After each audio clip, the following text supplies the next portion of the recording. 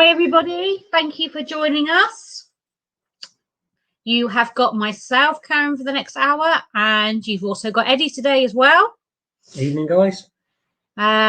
So our next guest is the lovely Michelle Ruse. From Iowa. Hi, Michelle. Hello, how are you? Very well, thank you. Nice to see you. It is nice to see you. We've been seeing each other so much. Pretty soon we're going to have to send each other Christmas gifts. That's it.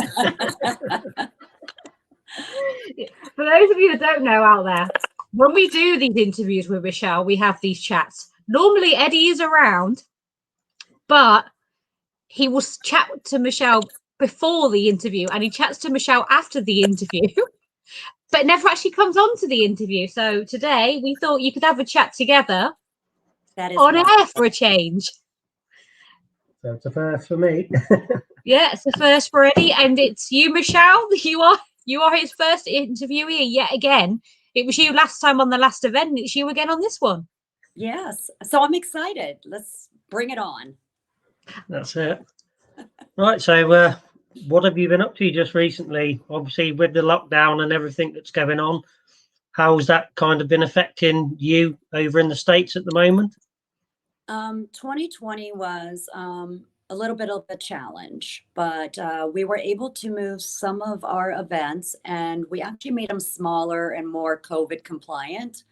So we were able to finish a couple of those events, which we actually found out the smaller event, I enjoyed it more. I was able to actually spend more time with the people that came, tried new experiments, and really enjoyed it. Got to know people, what their likes were, different things. And a lot of times with the big events, you're so busy running around, you get to say hi, but you never get to see the people who actually come and buy the tickets.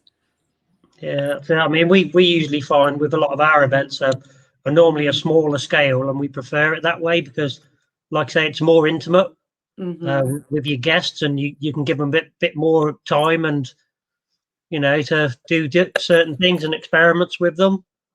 Whereas obviously if you've got a big group, it makes it a bit harder because you've got more people to try and cope with.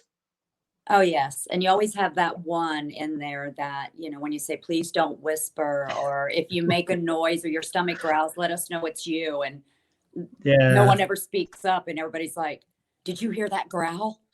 So. That's it. I mean, with a large group, it is so much more difficult to try and do like EVP work, especially. Sometimes if you've got like a spirit box or an app that you're listening to, you don't want it on too loud. But then if someone starts talking while you're trying to listen to it, it makes it very awkward. Yes. But, it's part parcel, I suppose, of doing the events in a way. But like I said, with the smaller groups, it's definitely a lot nicer. I actually enjoyed it so much better. And, especially with someone with abilities, when you start getting so many people in there and you're opening up to, so everybody can know what's going on. You start getting a lot of people bring, hitchhikers with them. And so you never know what you're getting, did it come with somebody? Is it at the place? And it gets all mixed mashed together. So yeah, sometimes I look like my head's doing one of these things real quick. Yeah, trying to process who's actually to do with the building or the location and who's like just visiting with a relative or something. Yeah, I agree. Yeah, it must be difficult. I find the same because, like you said, you don't know if someone's piggybacking along or not. So it is a hard one. But do you prefer to do your public events, or do you like to do your private events, or have you not really got a preference depending on location and so on?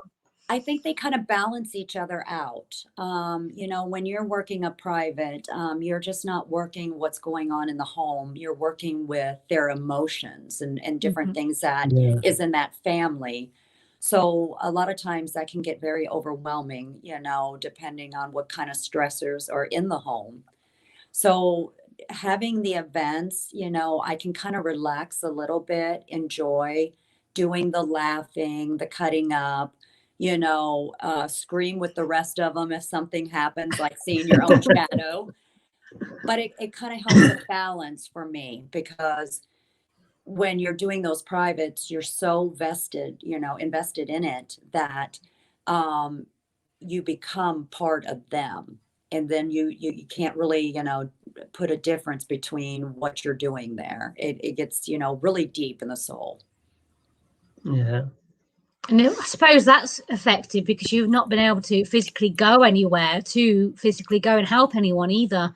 So that makes it 10 times harder, especially when with what you do, the amount of people that you help and the amount of people that contact you, it must be so overwhelming and really difficult, like at the moment, with the fact that you can't actually physically go and help anyone. Because I know, obviously, with the Warren Foundation, I know with Chris was supposed to have gone. He came over to the UK, obviously, and he was supposed to go to a couple of places, but he's not been able to go anywhere. No. So that must be the same for you, knowing that you can't go and help. You can help these people from afar, but you can't physically go in and help them right now. It must be so Not at difficult. all. And it's nice to have the video chats, but you can't physically be there to see. So, you're just getting the emotions of the person you're talking to.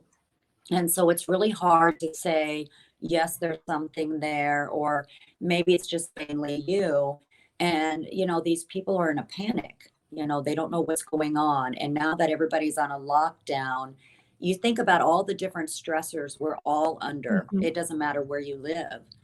And you're being locked in a home. And if you are fighting any type of depression or mental illness of some sort, it is so easily for you to, kind of do a self manifestation of something. And, and you're more aware of what's going on. And it becomes kind of, I need someone now, even knowing you can't. And you feel lost, because you really want to go to help those people and you can't go. And you never know how it ends up turning out to them. They get, either angry, or they're very upset about, I need this now. I need it yesterday. And we Yeah. just, in the States, we can't travel all over either. There's a lot of places where you just can't go into. So if anyone that doesn't understand about self manifestation, can you just touch on that, just to explain that to our viewers, so they get more of an understanding of what you're talking about? Because there might be people watching that don't know what that means.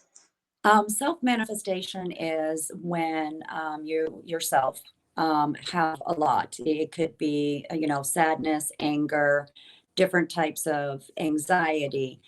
As that starts going, even if you had a past that, there was some type of abuse or neglect of any type, those start forming their own energy source. So, you might see a shadow person always looking over you, or, around the corner. That is something, that energy force that's coming off of you yourself. And so you're kind of seeing that whole ball of energy that you've built in so many years, that has become its own little entity, and has formed, and it has now it looks like it's stalking you. So you froze them for a second. Oh, I'm sorry. That's all right. I was just looking like, did I not say enough? No, you froze for a second. That's okay. So I take it by that then, that sort of thing could affect, like, say, your mood swings, or your emotions, and bring different things like that out in and traits in you. Yes, because it is attached to you. You know how we Yeah. always talk about, you see your own shadow? Well, this is kind of that same concept. It's the shadow that you have actually formed yourself, of everything that's been going on. And, it has all your energies in there, depending on what those were and when they were. And so we're building, I always say, our own shadow people. And so if there's a lot of energy fed into one of those, you also can get the whole poltergeist type of activity too. And a lot of people don't realize sometimes we have to look inside ourselves to help get rid of that, because I can't personally just go in and do a cleansing in a home and it's going to disappear, because it's part of you. That's really interesting. That's not something I've actually really thought about before. to be honest. Obviously, everything's energy, and I know that. But that, yeah, it's not something I've ever really thought about until you've just talked about it. Then it's, I suppose you don't think about it though, do you? Really, it's not something you think about. That you forget that everything you're projecting comes back and so on. So obviously, there's going to be something. Yeah. I mean, think about if your childhood wasn't the best and you've lived with because you're holding on to some anger that you've had all your life. When you manifest this thing, it is going to come back as almost like a negative entity. It's going to be, you're going to feel more of the anger. You're going to feel like it's wanting to hurt you. So whatever is getting filled, it's just like, we're doing a chemistry thing. We're pouring all sorts of different things into one thing, and it's just starting to build and build and build. So obviously the person has to sort that out for themselves. So how would they go about doing that? Is it a case of, obviously, it's not a case of cleansing the home. It's kind of cleansing yourself, isn't it, in a way, I suppose, to try and it's heal from the inside out, surely, because Correct. It's not, you've created a physical thing, but like you said, it's created through energy and emotion to begin with. So it's kind of an inside out cleansing, I suppose, in a way.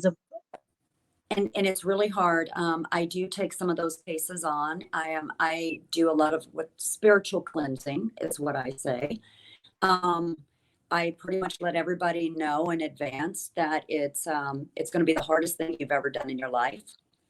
I pretty much help you tear down to pretty much bare nothing, just your bones, and help you rebuild and start extracting that negativity away from you. And that's really hard for people because, one, they have to talk about things they've been hiding. Two, they need to look at themselves and figure out, what can I do in a change for myself, even if it's something very small, to help change the course of that negative. Would that be that every day I take a 5-minute walk? Because I don't do that, and just get, the sun or, the fresh air, different things. Or do I open the blinds and let some of the sunlight into a home? We dig really deep. And, when we have bad things that have happened to us as humans in our minds, we put it in a little filing cabinet and we close it up and think, well, if I don't talk about it, don't see it, I can keep it in the back of my mind and it's okay. Well, pretty soon that filing cabinet's going to explode and all the paper is going to fall everywhere. And so I help you grab each one of those and slowly pull each one out and work on each item to start building you back up. And if, like I said, at the moment, you can't physically go out and do that. So is that something you can start to achieve via doing video in things like that? So say someone watching from the UK wanted to reach out to you and wanted help in that way. How would you do that? Would you do that as a video call, or would you? Yep, video call. So I'm able to tap into them. And what I do is I use some of my abilities to kind of say, okay, I see you as a child and you always felt like you didn't belong or nobody wanted you, and start showing them what I'm kind of seeing. And then whatever one they want to grab onto first, that's when we decide to work together. I work side by side with them and help them go through each step. Because that's what, obviously, this weekend, the festival, and what we're doing is raising awareness and funds for mental health and everything. And I think a lot of adults, it is harboring stuff from childhood. Yes. We've had this conversation before, you and I. I'm not sure we've done it on air, but we have had this conversation before about like you said, harboring things from childhood that you kind of, it's lock and key situation, like you said, filing cabinet, lock and key situation, leave it, deal with it another day, or just never deal with it ever again, and then eventually it's going to come back up. It will, because you can only stuff something in a cabinet so much until the door pops open and it all starts falling out. And there are times that one little thing might open that up and everything floods out. Well, then we just start picking up one piece at a time and working on it. You know, and sometimes it's a lot of people, like when I say you have to forgive that person. Well, I'll never forgive that person for nothing. But people don't realize when you do say, I forgive that person, whether they're alive or they've passed on, it's kind of, you know, you're slapping in their face saying, no, you haven't kept me down anymore. I can move past this. And you're actually forgiving for yourself. You're allowing yourself to really push that off, bury it, burn it, however you want to do it, and then try the next step in your life. That's where people have the biggest struggle, because when we say we forgive someone, you know, we automatically think, oh, because we're forgiving them. We don't realize that that forgiveness is for ourselves, for allowing ourselves to move past something and say, you know, that isn't worth it. Forgiveness, move on. Yeah, I suppose a lot of people don't think of it like that. No, I've never thought of it like that, to be quite honest. That's quite interesting. Getting Yeah. pretty deep in here, isn't it? Yeah, I know. Yeah, that's not a bad thing. Like I said, because of what we're doing this weekend, we can discuss these types of things that we probably wouldn't have discussed previously. No. In, you know, it's good to actually talk about these different things, and that's the whole point of us doing what we're doing. It's not just all paranormal. It's also to talk about the other sides of things. Like you do so many different things. And you're highly trained in multiple things as well. It's not, you know, so it's good for us to talk about stuff like that, and also for people to realize there's many layers to you, Michelle, isn't there? There's a massive amount of layers. There's so many things that you do. And I know sort of about talking about demonology and things like that. We have to, I've always looked at as the paranormal as a whole. It's not just spirits, you know, it's, we feed certain spirits. So we have to look at a full picture. You know, a lot of paranormal people just want to go in and get that quick evidence, which we all do. There's nothing wrong with it. You know, what is hurting these people, or is there different things? But I've always wanted to go one step further. And even with studying demonology and stuff, you know, some of the fathers will probably shake their heads and go, oh, here she goes. But, you know, we talk about mental health and stuff. And the first thing, you know, if there is a, you know, oppression or possession, which possessions are very rare. But when you start feeling negative energy that's oppressing you, it can look like coming on to a possession. But what we do is that we all go to the doctors and we start getting prescribed different types of pills to help balance us to make it through a day. But if we are getting that type of possession, it seems very odd to me. And these are my personal views. This is not something everybody has to believe in. But if we start taking all these medications, we're already in a depressed state. Now I feel like we're in this cloud, like a walking zombie. We're not there. And if we are getting taken over by any negative entity, because there are really nasty spirits out there that can do the same thing demons can do.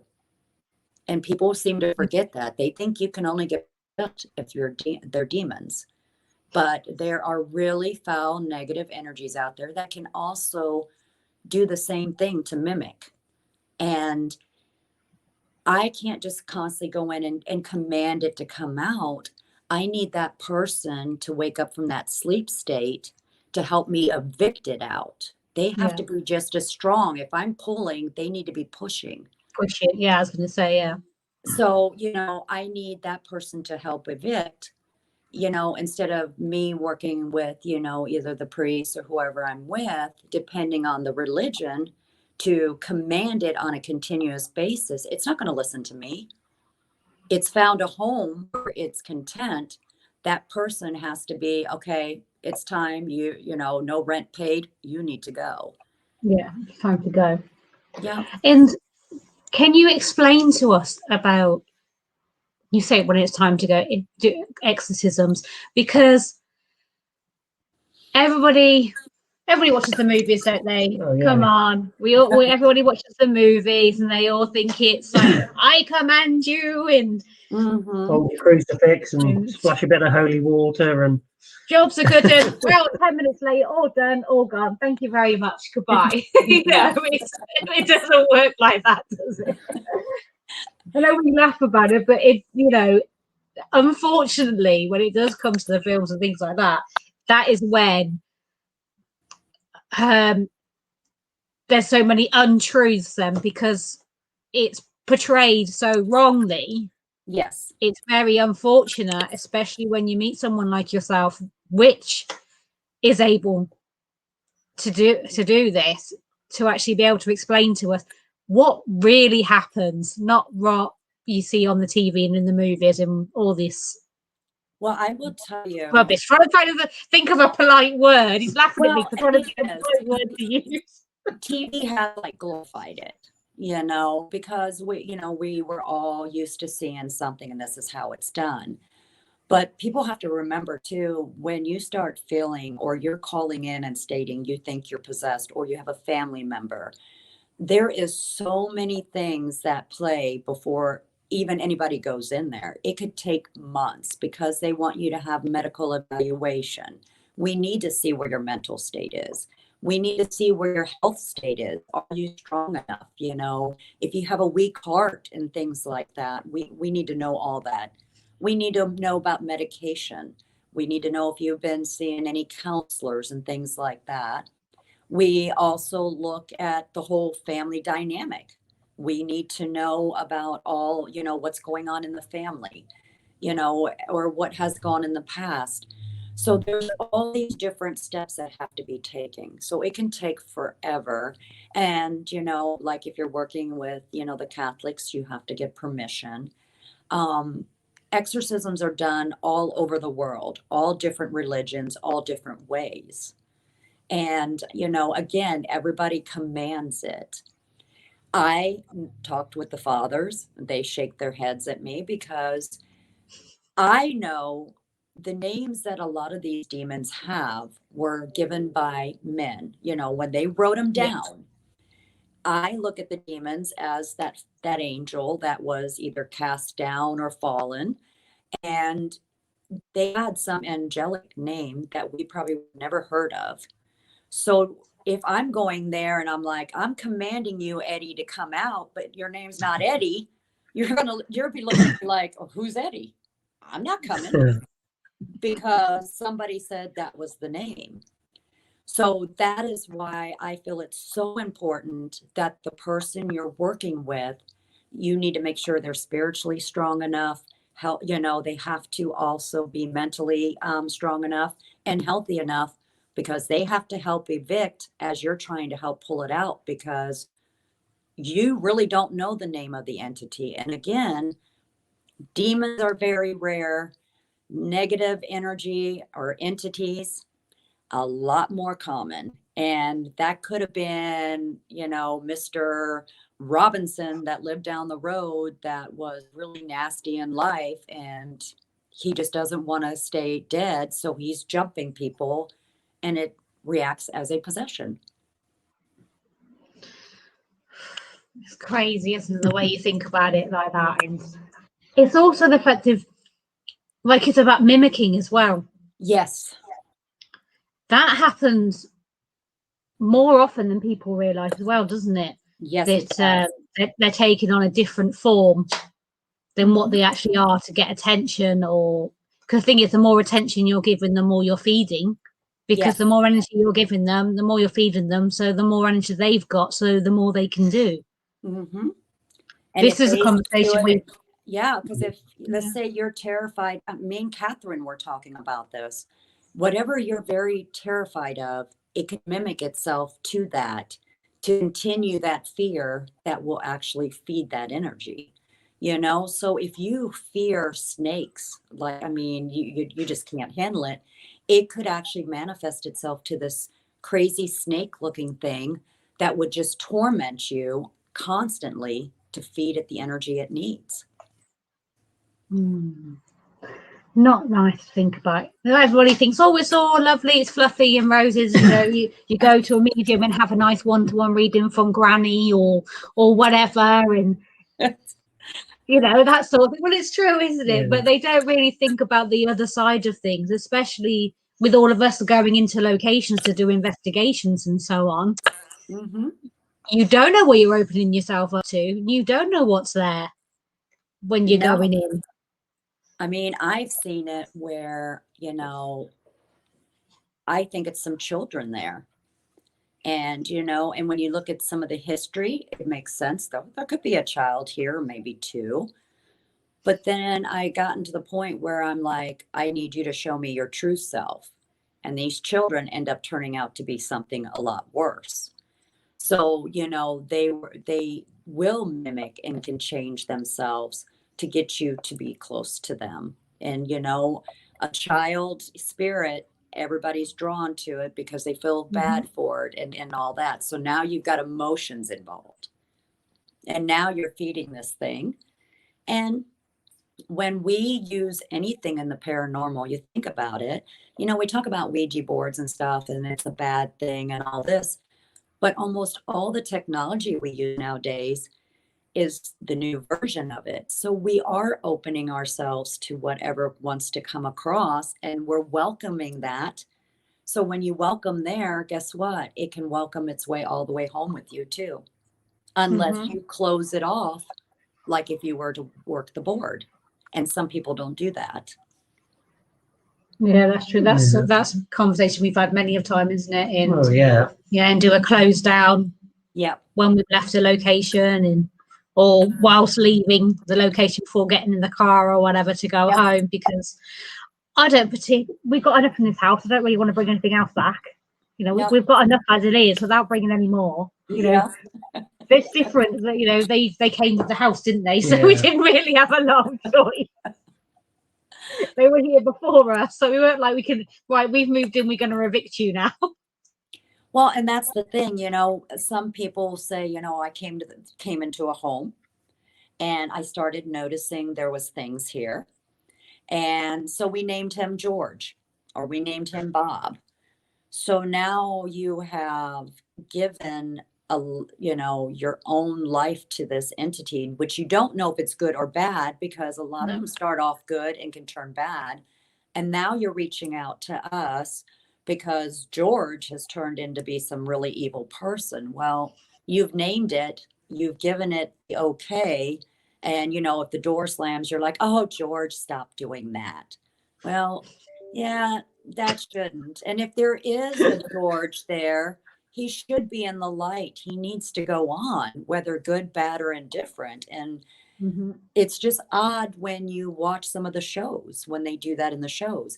Well, this is a good one, so we don't have to worry about getting rid of it. And I'm like, yes, you do, because that light will bring in other stuff. And now you're putting the family right back in the same situation. So we haven't done that. We haven't named anyone or anything like that. Yeah, don't name them. No, we haven't done anything like that. We're kind of, that's the last thing I'm going to do.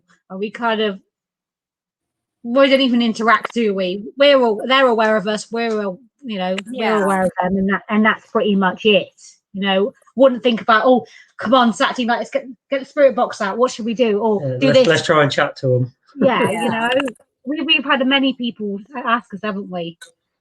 Have you investigated your own house? I think you should investigate your house, and or you don't know what else you could uncover. And that's it. You don't know what you're going to bring out. Well, and that should be your sanctuary. That should be where you're comfortable. And especially with you, hon. I mean, you got abilities like me. I mean, could you imagine if you invited the whole, cemetery over because you opened your home as a beacon, and you would never get any rest. But Well, that's my the thing. home, We do live opposite the cemetery. So we're kind of like the one-stop shop. Yeah, see, there you all go. the way But through. a lot of It's people a big don't cemetery as understand well. I that. don't want that lot here. Yeah. Yeah, it's huge. I've never seen such a big cemetery. So Oh. I'm like, no, thank you. But I mean, a lot of people, I was like, you always have to have a certain place, whether you have abilities or not, that should be your sanctuary where you get away from it and nothing else is allowed in it. That is your home, your family. That is where you should be able to go. And so many people, have haunted dolls, or they do this because they want to be on a Facebook or on a Twitter or Instagram. And it's like, that makes no sense to me. There should be that boundary that you should understand one way or the other. Yeah, I don't think. No, dolls. No, I'm done. No. Don't like dolls. I don't, possessed or not, I just don't like dolls. We have got the one. Well, it's So that's mine. but then that's yeah, but that was an African figure, isn't it? He's not. Yeah, I've really, got a Nikondi. He's not actually. So he's not actually a doll, but he just sits in the corner. He's fine. We just leave him there, Yeah, turn him around every once in a while so he doesn't follow you. I am not a doll. The weird thing, we have actually noticed that he does actually turn direction. No, really? Yeah. He was always in my direction, so I started moving. I'm like, I don't want to sit here anymore because he always turns in my direction. I don't want to. I'm like, go. I won't repeat what I normally say. Yeah. But I'm like, go away. So many words. Then like, leave me alone. Bother, But we've you turn him back round, don't you? And just turn him back. After a few days, you'll notice that it looks like he's just turned round again. Yeah. And he's looking back in the same direction. Mm-mm. I was like, he just can't stop looking at me. I said, what can I say? That's right. I've resolved it though. Yeah. He now sits on a shelf right behind Karen's head. Instead. So she can't see him watching. Yes, he was on the shelf now. That's a good place because I do not do dolls. I just feel like, they're just a beacon for something to jump in. Mm-hmm. And it really has nothing to do with Annabelle, like everyone talks about. Mm-hmm. But if you know the history of dolls, when they started making those, was to have mothers be able to take them to the funeral if they lost a child. And they would lay that as the child's dying, hoping to capture their soul so they could keep that child. Yeah. So that right there really, really creeps me out. One, I feel bad because a soul shouldn't be trapped like that. No. And two, if you're, welcoming something like that, are you really getting the soul of your child, or have something else been invited to come in? Yeah. Right. So yeah, me and dolls. No. I draw the line at dolls. No. Karen actually owns a porcelain doll that's nearly 4 foot tall. Oh. Yeah, I know. It's in the attic. It lives in her mum's house in her attic because she won't have it. My aunt gave it me as a gift because she'd only got a son, so she hasn't got a daughter or a granddaughter to give it to. So she gave it to me years ago. And I'm only 5 foot and this doll's 4. And I'm like, are you joking? I'm not taking that anywhere with me. And I'm not ungrateful, but it scares the heck out of me. My mum had it. She did have it in the spare room on the bed, didn't she? And then she forgot it was there the one day. And I think it freaked her out a bit. And she was like, it's got to go. It's got to go. It's got to go. So she got my brother to put it in the attic. And she hasn't come out since. And that's why we've been together for like 8 years. So she's been up there, a good 8 years. Yeah, probably a good 8 years she's been up there for. Oh, she's probably getting really angry too. Don't ever open that door. I hope my mom's not watching. Well, and that's the thing, you know, I think my mom always wondered why I wouldn't play with my dolls, or I would put them all in my closet and close the door, you know, and things like that. And as I got older, I finally explained to her, you know, the way I seen things, and the dolls scared me. And it kind of made me giggle. She goes, "Oh my God, I wouldn't, that wasn't like abuse to you, was it?" You know, she felt so Oh, bad. I'm like, "Oh, no, no, you wouldn't know. You know, she's a girl. Let's get her a doll." But she'd always want dolls all around my room, and, you know, all the corners, and you're laying in bed watching all these eyes. It was tormenting. Oh, oh God. My other auntie on my mum's side, she's my mum's twin, isn't it? She collects them. oh, I used to no, I used to hate visiting her. I was like, I don't want to go. I like going because my uncle had a chocolate drawer. I didn't mind going for that, but I didn't like all the dolls. no. And it's horrible. She's got so many of them, and she still has them now. I'm like, how can you have those? I just think like the eyes are following you around the room. Yeah. Oh, They've yeah. got to be. But going back on to demonology and demons and things, with those, like you said, they haven't strictly got names. These are names that, yet again, these are names that have been given to them. I suppose this is through the generations that they've just come across these, and that's what they're called, and that's it, sort of thing. We were trying to put almost like a face to this demon, give it, you know, so if we know this demon's name, then we know, we kind of try to make it almost like it's supposed to be a person, but it's not. I mean, you think about it, demons, angels, they've been around way before any of us or anything that's ever been around, you know. And just like when they talk about the devil, I mean, you think about it, the devil was God's most favorite angel. He made him so beautiful that, you know, with the light and everything, you couldn't even stare at him long enough. And then because of that, he had the ego, you know, because we all have free will. So there's an ego, and that's what, you know, how all of it, because he figured then I could actually be God instead of God being God. So you're thinking all this stuff has been written, and all these different things for us as people to get an understanding of what is that story that's being told. And we can't tell a story unless we give life to each character. And so when I see things that are very negative, I see them in forms of creatures, stuff you would see on a sci-fi channel. But I'm seeing them as the person who is terrified. I'm seeing them as they see them and their true self. They don't have a human look or anything like that. And, you know, so it's really hard for me to go in and, you know, assist with this, knowing that, you know, you're trying to call someone out, that's not their name. And so, you know, they always say if they give you their name, then they have to leave. I don't think they leave until the person on the inside is helping you push them out. They finally feel strong enough because they have an army. They're calling on God. They're calling, you know, on Jesus and asking the angels to help. They get that strength, and they're helping you get out whatever's in them.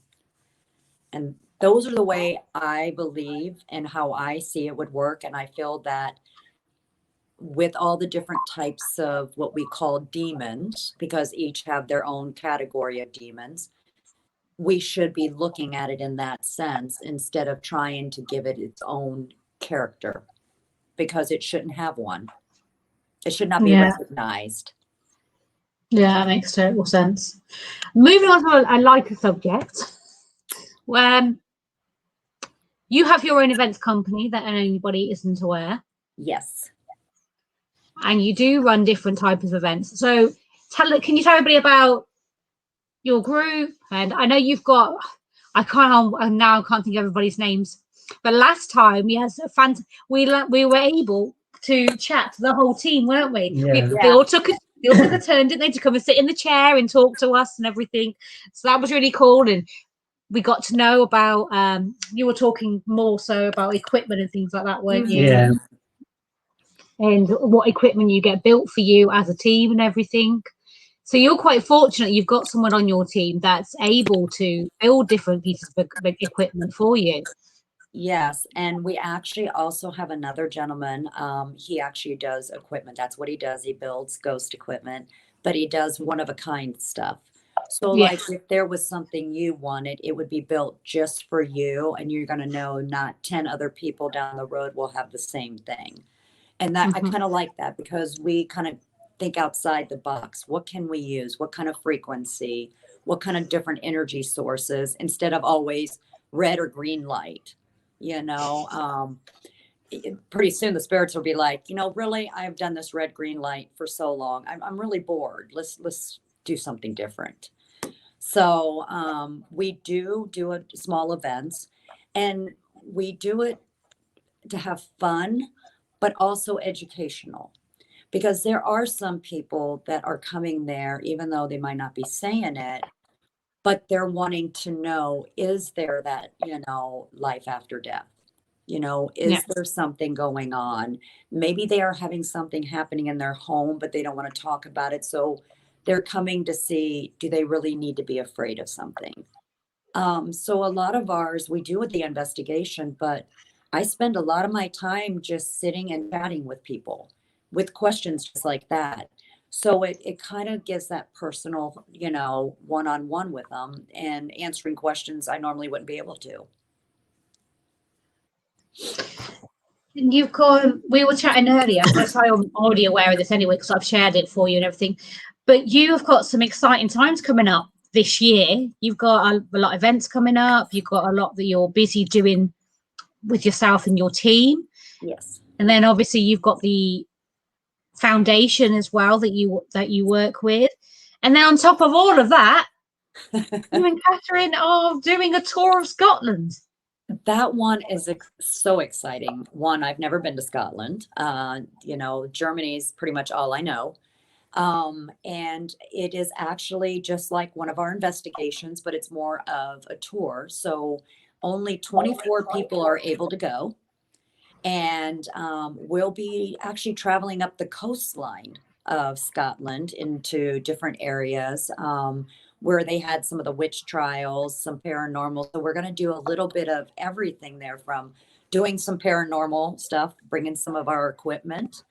And the biggest one that I am really excited is to go see Aleister Crowley's mansion. I've heard so many things, and I just want to be able to walk on the land itself just to kind of see what's going on there. And actually going to some castles. I've never seen a castle in person. So you'll have plenty of castles to visit. Yeah. It was crazy because Maria, who actually has the tour company that does all this, when she'd asked me if I'd like to do it, she started trying to map out the best way. And she had called me. She goes, "You're not going to believe it. There is actually a castle named Michelle." And I'm like, "Yeah, we're going there." So I can go I can do a selfie and say, "Look, my name." My castle. That's so cool. So whereabouts are you going? I know we're going to be going to Aberdeen and some of those places. We're still kind of fixing up the map because some things might change because of certain lockdowns. So we just kind of have a rough, estimate of where we're going right now. If they just jump on to my Facebook page, Riverside, Iowa Paranormal, we have it. There's a couple of links they can click on. And it'll kind of give them an idea of where we're thinking of going first. I know Aleister Crowley's mansion is in there, and that's over there by Nessie, because I guess, remember, he is the one that called upon her. And then Aberdeen for sure. And I know that we're trying to just close in a couple other places. Yeah, that's the difficult thing at the moment for everyone, especially if we're going to come over here, is this horrible situation we've all been stuck in for a ridiculous amount of time now. Yes. It is kind of, it puts a lot of plans on hold, or a lot of plans change. We were chatting earlier, obviously this weekend we plan to have some lives from different places. But unfortunately, due to the new lockdowns and things, we've had to change plans. And this is just for the online event for that we're bringing to everyone this week, today, is we've had to make changes that people aren't aware of, because we didn't know that last week they were going to say, hey, do you know what, we're going to have another lockdown, so you can't go and film where you want to go and film, and so on. So we're fortunate that we have got some stuff that has already been filmed. Yeah. So that's good. But then any of the live things that we decide, obviously we can't do that now, because it wouldn't be right to do for anyone to be going out doing anything like that, because it's not a necessity. No. And, and it's kind of like that here in the States. We have a little bit more of a leniency than you do right now. Some states are a little tighter than others. But we still are looking, when are we going to start an event? Where would we go? How safe is it in that area? But it's kind of hard to navigate. But I think if we're just doing a little at a time, that's going to help a lot of people too. Even if it's just get them out for an hour or two somewhere, we're getting them out. And again, like all of our events, they're very small. We have limited tickets.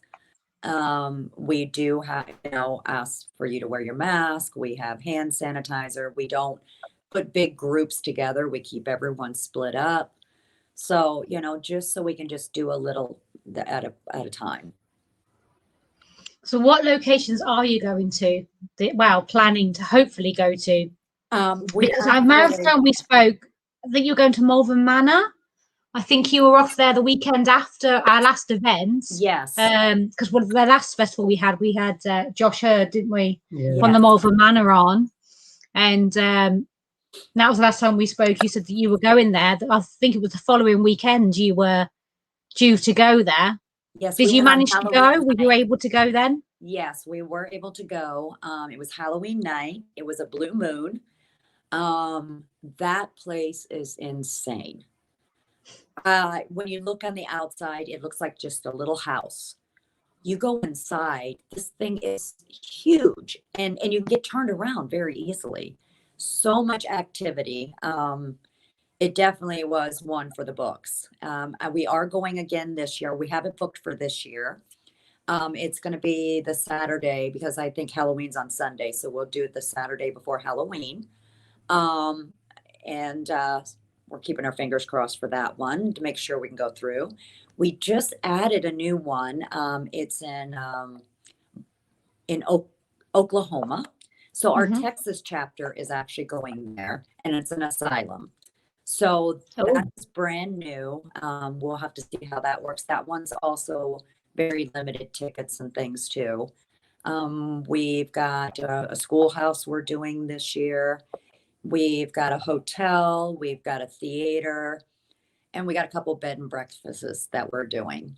So it's going to be exciting. So you got a lot going on. Yeah. Well, that's great that you've got so much planned and to look forward to. We had a lot. We did have a lot. Yeah. Because we moved out all last year to this year. Then obviously that's kind of changed again. So who knows? Well, maybe one day when all these lockdowns are done, you guys can come and visit here, and I will take you to some of ours around here. So we'll see if the spirits are the same on both sides of the water. Yeah. Well, yeah. And we haven't been up to Scotland, so you're probably going to end up going to Scotland even before we have, and we live over here. So you'll have to do the same. Let us know about that. There's going to be a lot of lives and selfies, because I'm going to feel, just, even though I'm supposed to help with the tour and be very professional, I'm still going to look like that tourist doing one of these the whole time, All we're going to see is all these pictures of you and Catherine. Yeah. Ahead of you. You'll be asking everybody, can you upload your photos to the event, please, after the event? And they're like 90% is just be you and Catherine. Yep. Just going, hello.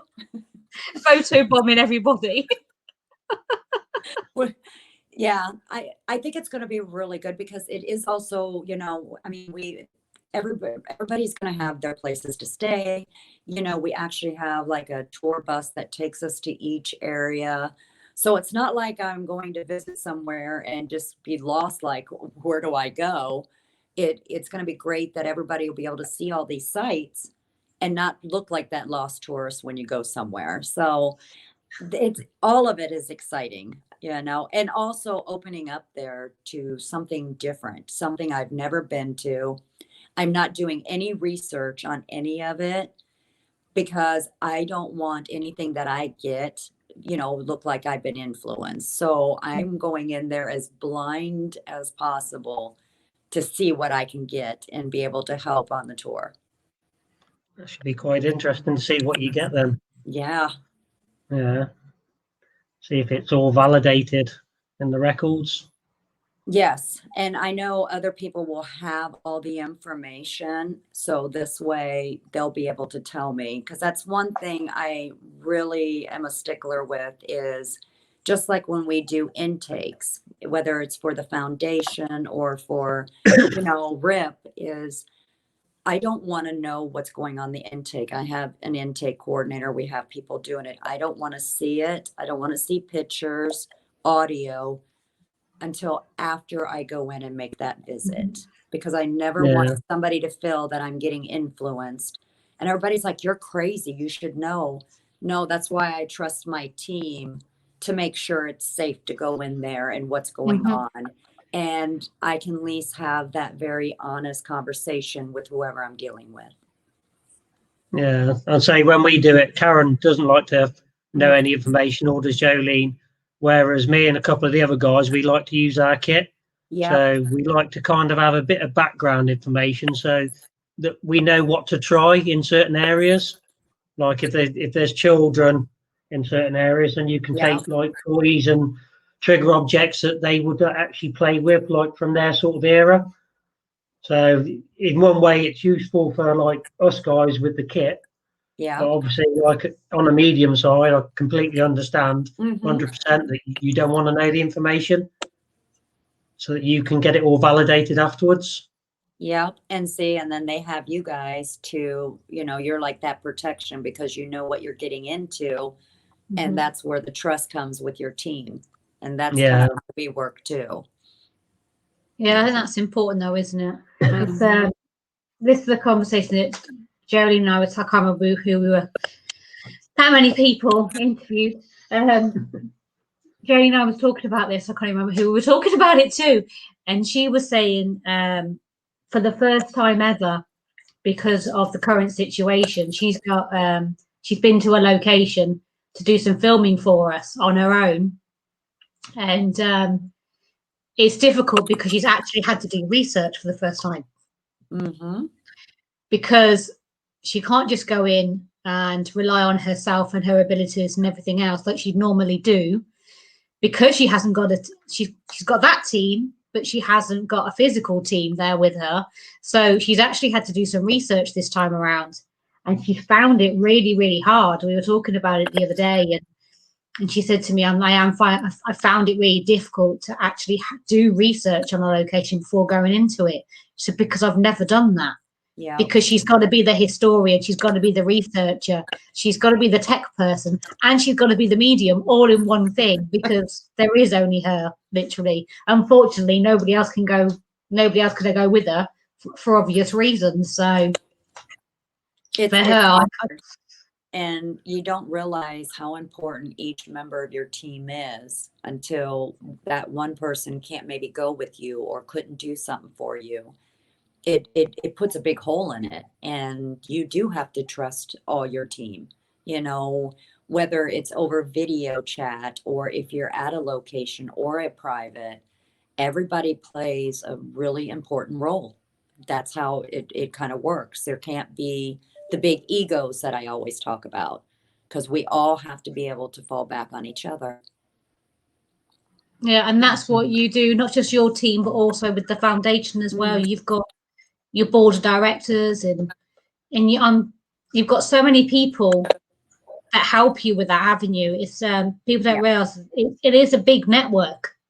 It's huge, and And we do have to all trust each other because, you know, everybody has a strength somewhere. And so we want to make sure, you know, with my teams, with the foundation, you find the strength they have and find that fit. One, you know, this way you want them to be able to excel in it and make it something different. So if you give it to them, let them grow it into something they can put together. And you have to be able to count on that person's information, you know, of this is what the location's like. Here are some of the spots that could be dangerous, you know, things like that. And a lot of people don't realize how important, you know, you get a group of people, you know, they've been sitting around barbecuing, doing whatever, and they become a team, but they really don't know each other and know what each person does. So you see them sometimes in those areas and they're running back and forth like, what's going on? What's going on? And I can't work that way. And I'm pretty sure you guys can't work that way. So you definitely have to have all of it. Yeah. Yeah, you do. But Michelle, I want to say time's run away with us. I want to say thank you so much for joining us. We very much appreciate it. At the bottom of the screen, everybody, this is what we are raising funds for this weekend. It's for CALM, Campaign Against Living Miserably, which support people with mental health and suicide awareness and prevention. So the link's waiting for it to go across now. Yeah. So the link is going across the bottom of the screen. So any donations would be gratefully received. And we thank you, Michelle, for taking part in this weekend's event. It means a lot to us, and we appreciate everybody that has helped us and that are taking part in this event this weekend, because it's about raising funds and awareness for this charity. And like you said, you were talking about mental health, and mental health does play a big part in the paranormal field, whether you believe it does or whether you don't, then it does. So regardless of how on your belief system with it, mental health is a big thing when it comes to investigating and spirituality and in so many different areas of things we come into contact with. So it's good to give something back, and that's why we're doing this weekend, to give something back and to help raise awareness and some needed funds. So we just want to thank you again for joining us. And I'm just going to play a little video for everybody about this weekend. And if you haven't seen this, we've been on all weekend, and we've got so much more coming up for you as well. So I'm just going to play a little video for everyone. And I just want to say thank you again, Michelle. We really do appreciate it. Thank you. And I had an amazing time, like always.